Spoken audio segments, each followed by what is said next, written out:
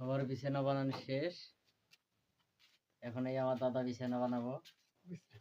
হ্যাঁ বানান, দেখি কিভাবে বানায় বিছানা।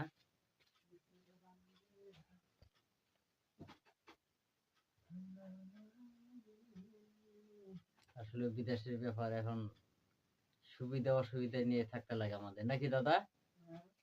সুবিধা অসুবিধা নিয়ে থাকতে লাগে, উপায় তো নাই। সুবিধা অসুবিধা মানুষের হয়। আমরা যে কেমন করে থাকি, তাহলে জীব জন্তু গুলো আমরা কথা কবার না পায়।